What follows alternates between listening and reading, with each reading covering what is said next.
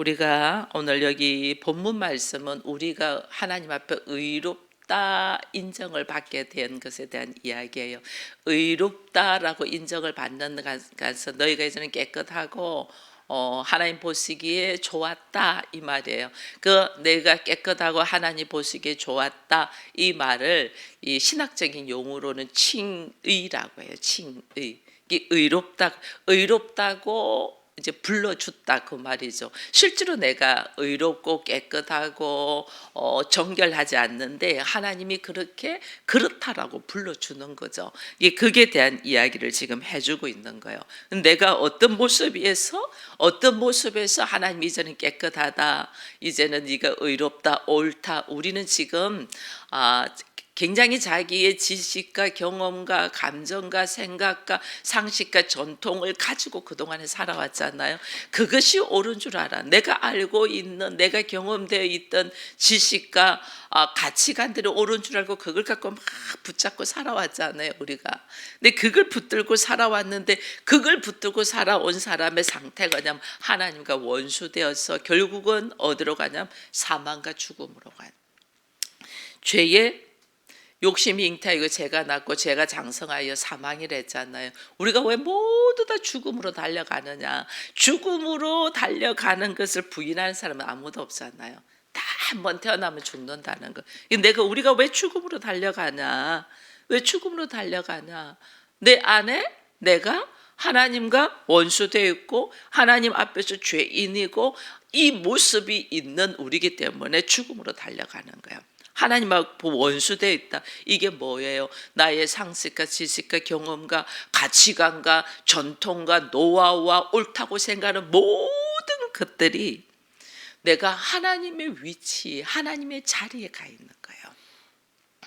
내가 하나님의 위치, 하나님의 자리에 가 있으니까 내가 생각하고 있는 것이 옳다고 생각해서 절대로 안 바꾸죠. 우리가 바꾸질 않아요. 그래도 내가 옳은 거죠. 내가 생각하는 게 맞고 세상 내가 경험한 것이 그것이 다고, 그러니까 내가 그것이 하나님의 자리에 가 있다는 생각은 안 하는 거예요. 하나님 보실 때는 네가 아주 부족하고 연약하고 죄인인데 자기가 옳다고 주장하고 자기 생각과 자기 감정대로 사는 것이 네가 하나님이냐? 그래. 네가 하나님이냐? 근데 나는 하나님 아니에요. 그렇게 말하면서 행동과 삶은 하나님처럼 하나님 같이 하는 거예요.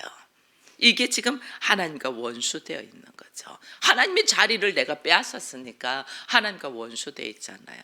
이것이 하나님의 처럼 행동하고 있는 것이 결국은 내가 나에게 죄인이다 이렇게 돼 있거든요. 사망으로 죽음으로 달려가니까 나는 결국은 죽음을 피할 수가 없잖아. 그래서 내가 죄인이다. 죽음을 피할 수 없는 나의 상태가 다른 말로 죄인이라는 거예요. 죄인이기 때문에 죽음의 상태를 피할 수가 없죠. 도무지 내가 하나님의 자리에 있는 죄인. 그래서 다른 말로 하나님과 원수. 내가 하나님의 자리에 있고 하나님과 원수가 돼 있고 죄인인 모습에서 내가 거기서 벗어나고 싶은데 나는 그렇지 않고 싶은데 도저히 내가 그렇게 할 수 있는 어떤 능력도 없는 것을 오늘 여기에 내가 연약할 때 일어난 거예요. 내가 연약하다. 스스로 벗어날 수 없는 거예요. 저는 한 번씩 어린아이들, 그래도 중학교까지 올라간 애들은 그래도 뭔가를 자기 스스로 하는데 초등학교 들어가지 않은 그 유아들,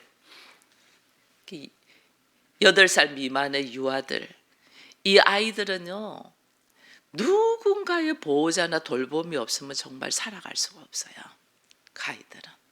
그 아이들이 부모가 없다든지, 그 다음에 그 아이들이 부모가 있는데도 부모의 사랑을 못 받고 있다든지 하는 아이들을 보면 굉장히 마음이 아파요.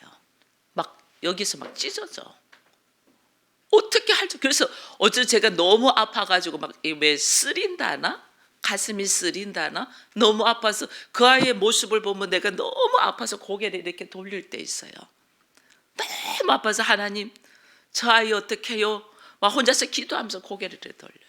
부모가 아이를 방치하고 돌보지 아니하고 그 아이의 지금의 모습이 나중에 크면 어떻게 될 것이라는 거 막 보이니까 막 너무너무 아픈 거예요.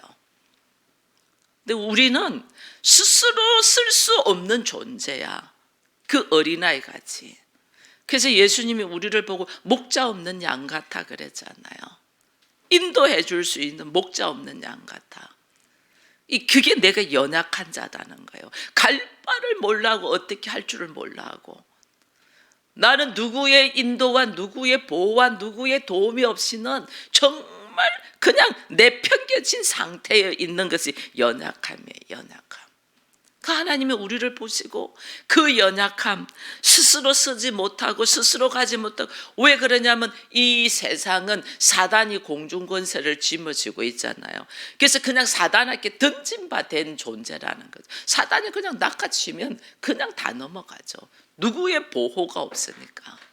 우리가 그런 존재라는 게, 스스로 나의 죽음의 상태, 나의 넘어짐의 상태, 내가 하나님과 원수된 상태에서 스스로 벗어날 수 있는 힘이 하나도 없는 거예요. 거기다가 원수는 달려들어서 더 나를 하나님과 원수되게 만들죠. 사단은 들어와 가지고 그런 무방비 상태에 있는 나, 이게 지금 내가 연약할 때, 내가 죄인 되었을 때, 내가 하나님과 원수 되었을 때 이 표현을 하는 거예요. 여러분, 우리가 이런 나의 상태라는 것을 내가 인식하고 인정하는 것이 굉장히 귀해요. 나는 스스로 아무리 벗어나려도 벗어날 수 없는, 여러분 우리들 모습 보면 되잖아요. 아무리 말씀을 넣어도 변화되지 않는 거 보잖아요. 우리가 그래요. 아무리 주의 크신 사랑을 이야기해도 뭐 들리지가 않아요. 왜? 스스로 거기서 벗어날 수 있는 힘이 나에게 없는 거예요. 그래서 우리가 이 소경된 자가 자기 스스로 눈을 뜰 수가 없잖아요. 날 때부터 소경된 자가 예수님 앞에서 와서 한 말이면 주여 나를 불쌍히 여겨 주옵소서 이러잖아요. 스스로 눈을 못 들고 세상을 못 보니 할 수 있는 것이 없고 전부 다 차단되어 있는 이 안타까운 마음을 보시고 주여 나를 불쌍히 여겨 주옵소서, 나는 죄인입니다, 이 고백을 하잖아요. 우리가 이 고백이 있어야지 그 다음 단계에 무엇을 누릴 수 있는가 알 수 있는 거예요. 우리는 이제 좀 더 인정하는 거, 죽음을 내가 어찌할 수 없잖아. 나한테 다가오는 죽음을, 그게 뭐 20년 뒤에 있을지, 그게 뭐 50년 뒤에 있을지, 언제 있을지는 모르지만은 나에게 다가오는 죽음은 내가 해결할 수 없잖아요.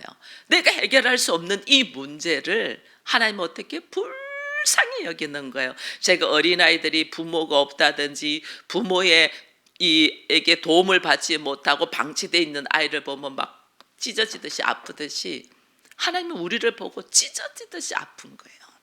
저 방치되어 있는, 스스로 걸어갈 수 없는 연약한 존재, 내가 죄인이고 하나님과 원수되어 있는데도 그것이 뭔 줄도 모르고 허덕이고 있는 우리를 바라보면서 하나님이 불쌍히 여기셔서, 하나님이 내가 해결하지 못하니까 어떻게 해요? 하나님이 해결해 주셔.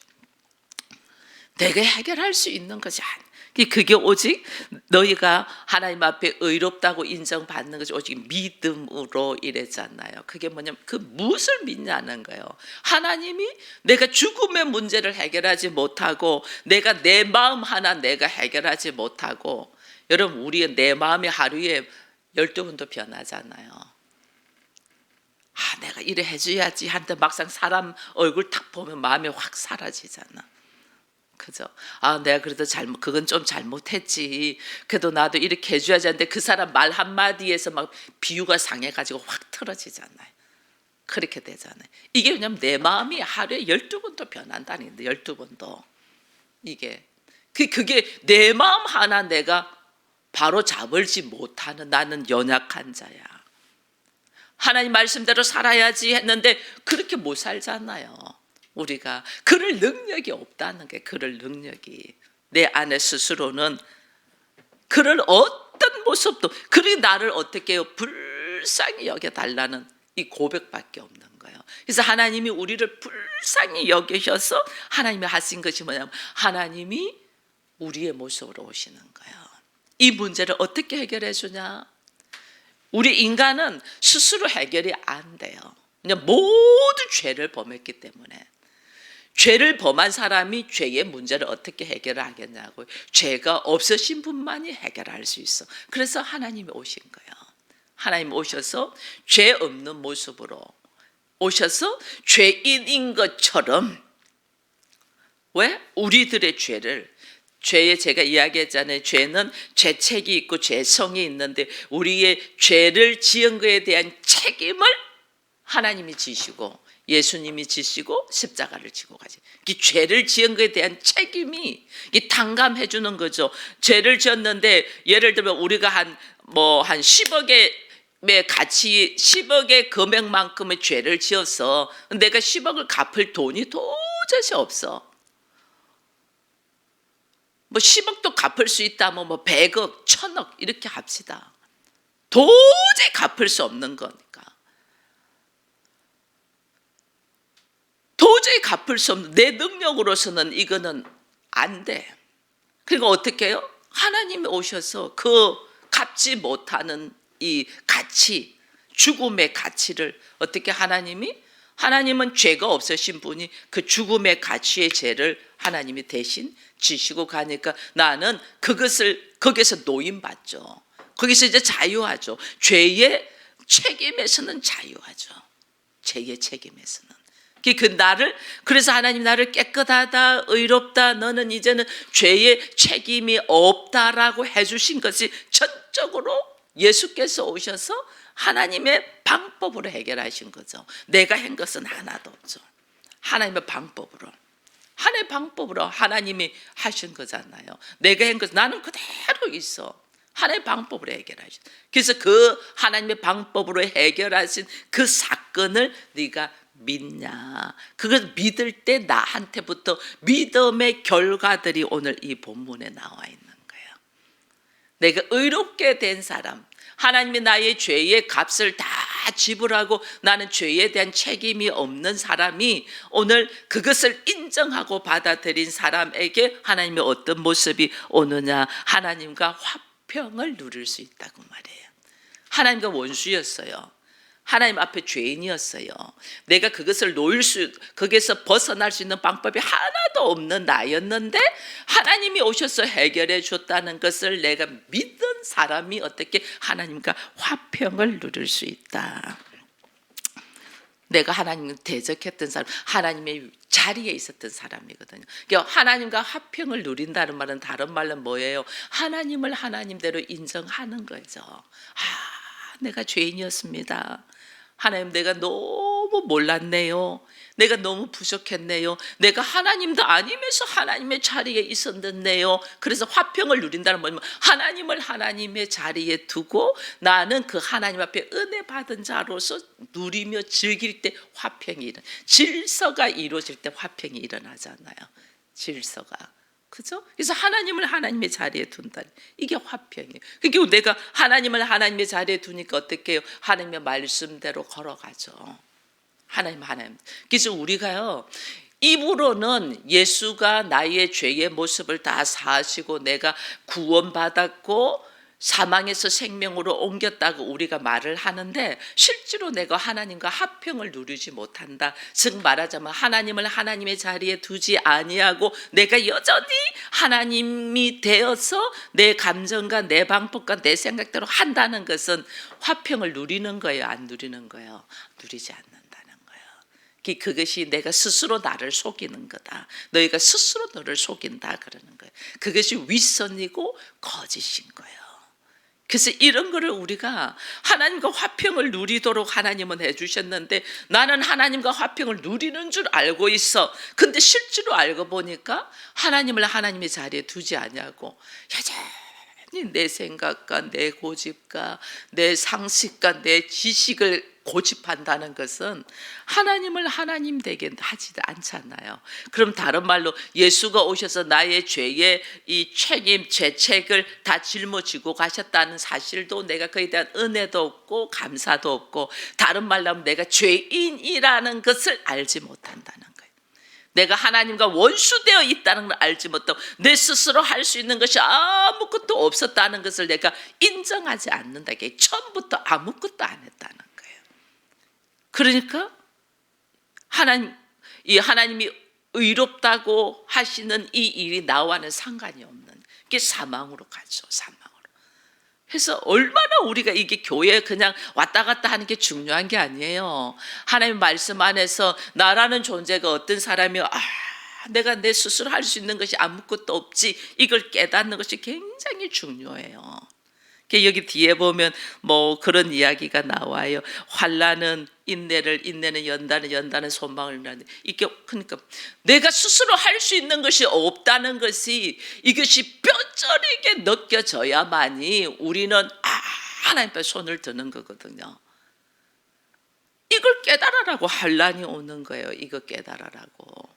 하나님이 지금 너를 위하여 이게 사망에서 생명으로 옮기고 너로 하여금 하나님과 화평을 누리고 즐거워하고, 이게 하나님이 의롭다고 하시고 난 다음에 오는 우리에게 오는 결과들이 하나님과 화평을 누리고 은혜 속으로 들어가고 하나님의 영광을 바라보며 즐거워하고 막 이런 것들이 나오거든요.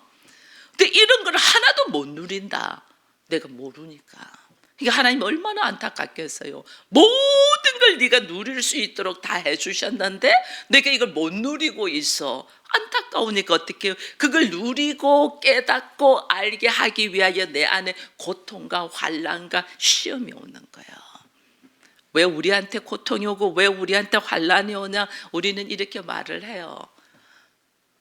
나를 위하여 하나님이 해놓으신 일들을 하나도 모르는 거야. 하나도 몰라.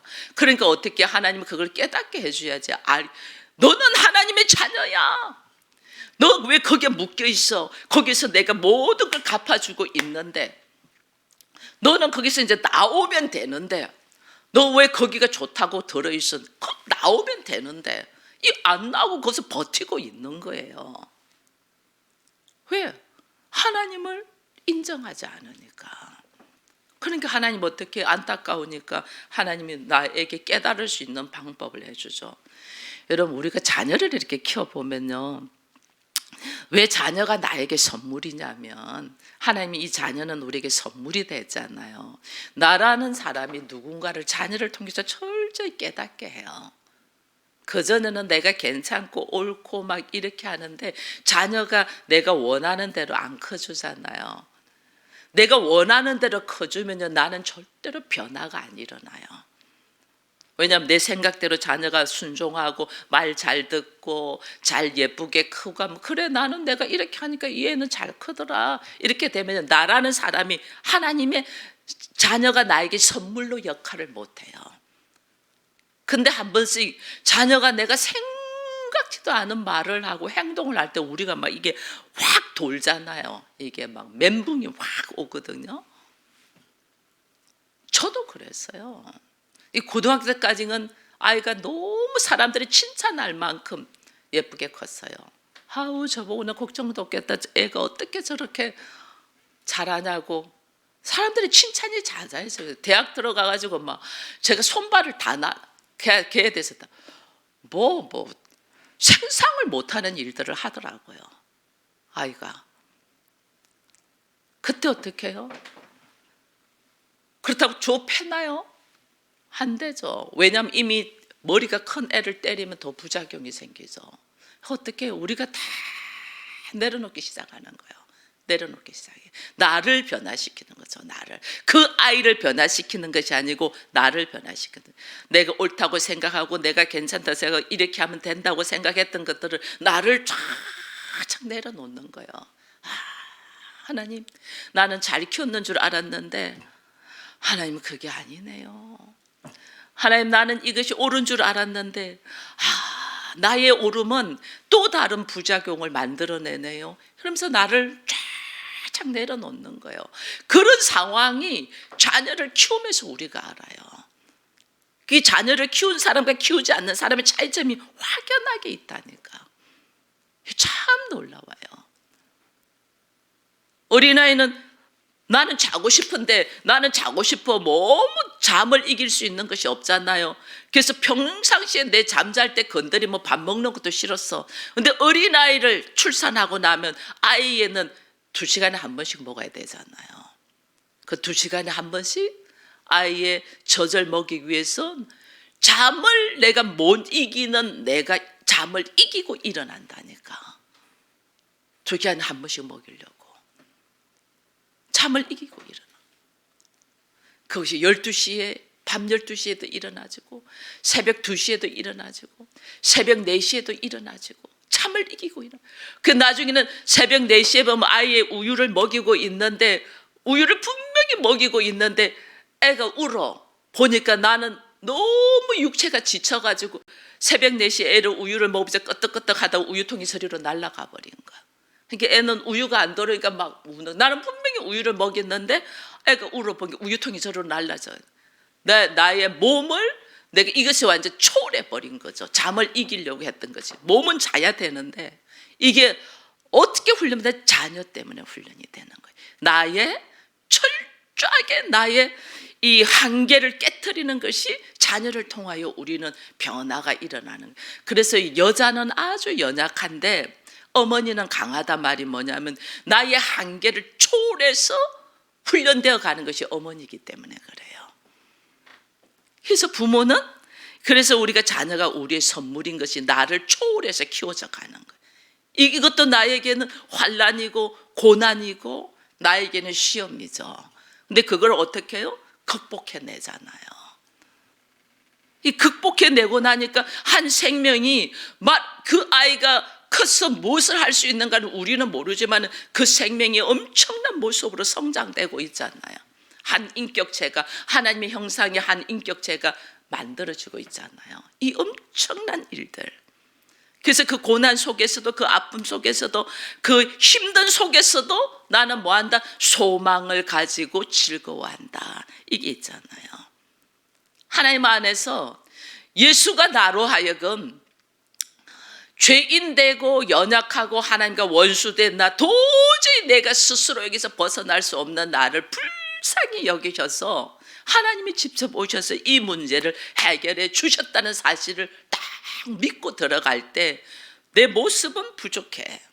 내 모습은 너무 연약해. 너무 연약한데 내가 어떻게 하나님과 화평이 되겠어? 내가 어떻게 그분과 함께 즐거워하며 누릴 수 있겠어? 근데 예수께서 그렇게 하게 해주셨다는 거죠. 왜? 그래서 우리가 예수의 이름으로 하나님의 자녀라는 이름이 있잖아요. 하나님의 자녀. 하나님의 자녀니까 아버지하고 화평을 누리는 거예요. 화평을. 화평만 누리나요? 하나님의 은혜에 들어가서 그의 영광을 바라보고 즐거워한다. 그 즐거워함이 오늘 어떤 식으로 환난 중에도 즐거워한다. 내 안에 고난이 있고 아픔이 있고 힘듦이 있는 중에도 즐거워한다. 왜? 하나님이 우리 아버지잖아. 하나님 나한테 환난을 주고 고난을 주는 이유가 그냥 죽으라고 주는 게 아니고 그 크신 하나님이 내 옆에 세상 끝날까지 함께 하시는 그 하나님의 사랑을 내가 피부로 느끼도록. 여러분 자녀를 키우면서 우리가 자녀에 대한 사랑이 더 확인되어집니다. 내가 자녀를 사랑하지 않으면요, 그 자녀의 그 말도 안 되는 행동과 말과 그 모든 속에서 내가 나를 내려놓고 그 아이들이 잘 되기를 바라지 않아요. 어느 날 우리로 하여금 사랑이 무엇인가를 배우게 해요. 아무리 속속이는 자녀도 그 자녀가 잘 되기를 바라잖아요. 그죠? 그게 사랑이에요. 나를 힘들게 하고 아프게 하는데도 그 사람 위해서 다 해주고 싶어. 이게 사랑이에요. 그 사랑을 배워가는 거예요. 내가 사랑하는 줄 몰랐는데 내가 사랑하구나. 이걸 알아가는 거예요. 이걸 알아가는 거예요. 이걸 하나님이 깨닫게 하시는 거예요. 네가 그 자녀를 그렇게 사랑하니? 그 아이한테 모든 걸 다 해주고 싶니? 그 사랑이 어디게? 하나님이 나에게 주시는 사랑이라는 걸 알아가면서 너무너무 감사하죠. 그 영광의 은혜 속에 살면서 오늘 우리가 소망 중에도 즐거워한다. 비록 현재는 부족해. 소망 중에도 즐거워한다는 거. 현재 나는 부족하다는 거예요. 현재 나는 부족하는데도 하나님의 자녀임에 하나님이 나와 세상 끝날까지 함께 하시면서 지키실 거라는 그 소망을 가지고 즐거워한다는 거죠. 그래서 환난은, 여러분, 환난이 오면, 우리가 고통이 오고 환난이 오면 뭐냐면요, 내 고집을 주장하던 것을 내려놓게 되잖아요. 우리가 겸손해지게 돼요. 겸손. 이게 하나님이 우리를 그리스도의 성품으로 만들어가는 거예요. 왜 나한테 환난을 주냐? 그리스도의 성품으로 나를 만들어가는 거예요. 겸손해지. 이 겸손해지다 보니까 이 환난은 인내를 이랬잖아요. 겸손해지다 보니까 나의 이 문제를 인내할 수 있는 거예요. 인내. 견딜 수 있다는 거예요. 내가 잘났다고 생각하면 화가 확 나서 안 되잖아요. 내가 부족하고 내가 다 내 탓입니다. 하나님 다 내가 잘못했네요 할 때는 이 환난을 이겨낼 수가 있어요. 이 환난이, 이 문제가 왔는 것이 너 때문에 왔다면 화가 확 나 뒤집어져요. 근데 이 문제가 나의 어리석음, 나의 부족함, 나중에는 내가 말씀에 순종하지 아니하여서 왔다는 걸 알면 어떻게 해요? 이 문제를 우리가 그냥 다 수용한다니까요. 바울과 신라가 복음을 증가하다가 감옥에 갇힙니다. 근데 그 감옥에 갇힌 것조차도 그것이 무슨 기뻐하고 즐거워하고 찬송하리겠어요. 근데 이것이 하나님이 복음을 위하여 하나님의 일하심이라는 걸 딱 아니까 옥에 갇혀서 감옥에서 찬송 부르잖아요. 찬송과 기도로 쫙. 근데 나는 이 사실도 하나님이 하신 일이야라고 하면서 찬송과 기도를 쫙 하니까 하나님의 역사가 일어나잖아요. 옥문이 착착착착착 열려요. 내가 거기서 나오는데도 간수들이 눈이 다 이렇게 가려져. 그 나중에 안 나오잖아요. 바울과 신라. 이 간수가 놀래, 옥문이 다 열리니까 이 죄수가 도망갔나 싶어서 놀래 가는데 바울이 뭐냐면 우리가 여기 있다. 깜짝 놀래잖아요. 그래서 왜냐면 그 간수한테 주 예수를 믿으라. 예수 믿으라고 말하잖아요. 복음을 전하기 위해서 그 자리에 왔는데, 복음을 전하기 위해서 그 자리에 왔는데 복음을 전하려고 하는 자리에서 잡혀서 감옥에 갇혔어. 잡히게 감옥가면 우리는 왜 좋은 일 하려고, 하나님 일하려고 하는데 나한테 이런 일이 생기냐, 우리는 막 그렇게 말하잖아요. 하나님의 방법은, 하나님은 누구를 하나님은 구원시키려고 하신 거예요? 그 간수를. 그러니까 감옥에 들어가서 나는 기도와 찬송을 했을 뿐인데 옥문이 열리는 순간에 간수를 오히려 무릎을 꿇고 복음을 받아들이는 사건, 역사가 일어나잖아요. 그게 하나님의 일하심. 왜 나한테 이런 문제가 생겼을까? 하나님이 나로 하여금 하나님의 뜻을 이루어가기 위하여 하나님의 방법대로 하시는 거예요. 그래서 환난은 인내를, 인내는 뭐예요?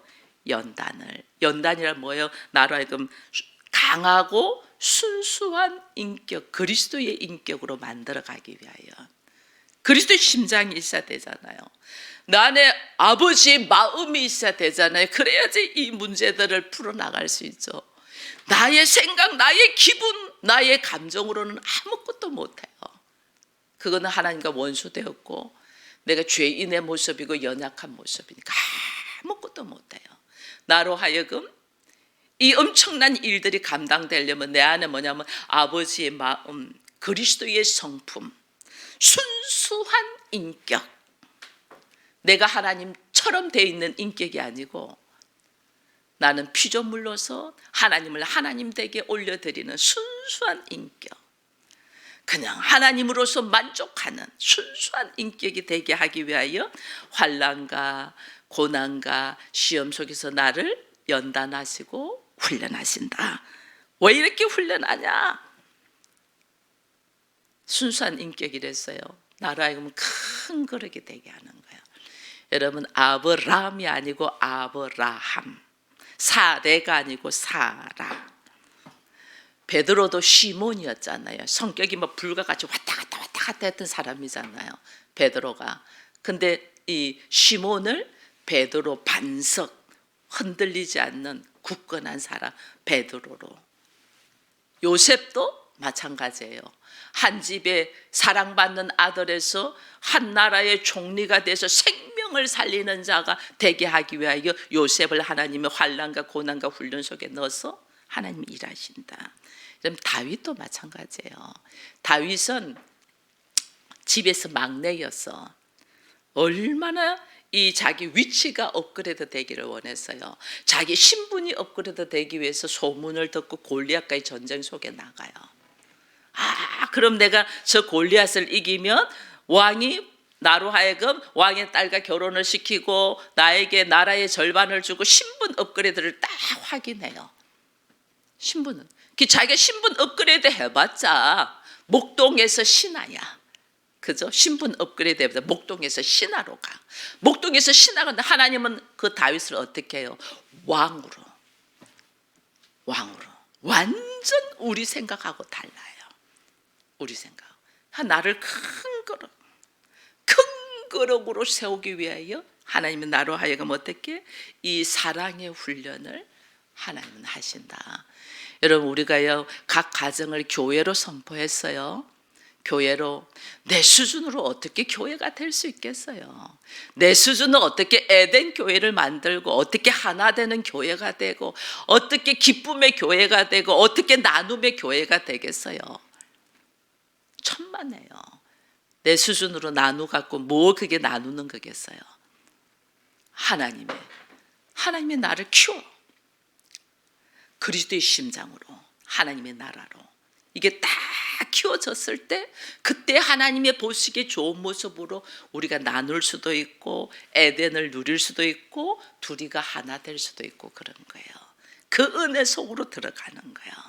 그래서 오늘 우리가 하나님의 사랑으로 오직 사랑으로 예수를 나에게 보내주셔서 내가 그 예수를 믿음으로 말미암아서 내가 누릴 수 있는 이 하나님과의 화평 소망 중에서 즐거움 이 놀라운 은혜 속으로 우리를 초청하신 그 하나님 앞에 감사함으로 내가 먼저 누구인가 하나님 나는 아무것도 알 수 없네요. 나의 연약함을 불쌍히 여기시옵소서. 하나님 내가 보니까 하나님과 원수되어 있는 자리에 있네요. 이것을 알지 못했습니다. 불쌍히 여겨달라는 고백에서부터 시작된다는 것을 알고 하나님의 이 크신 사랑을 사순절 기간에 우리가 마음껏 누릴 수 있는 우리가 되기를 축원드립니다.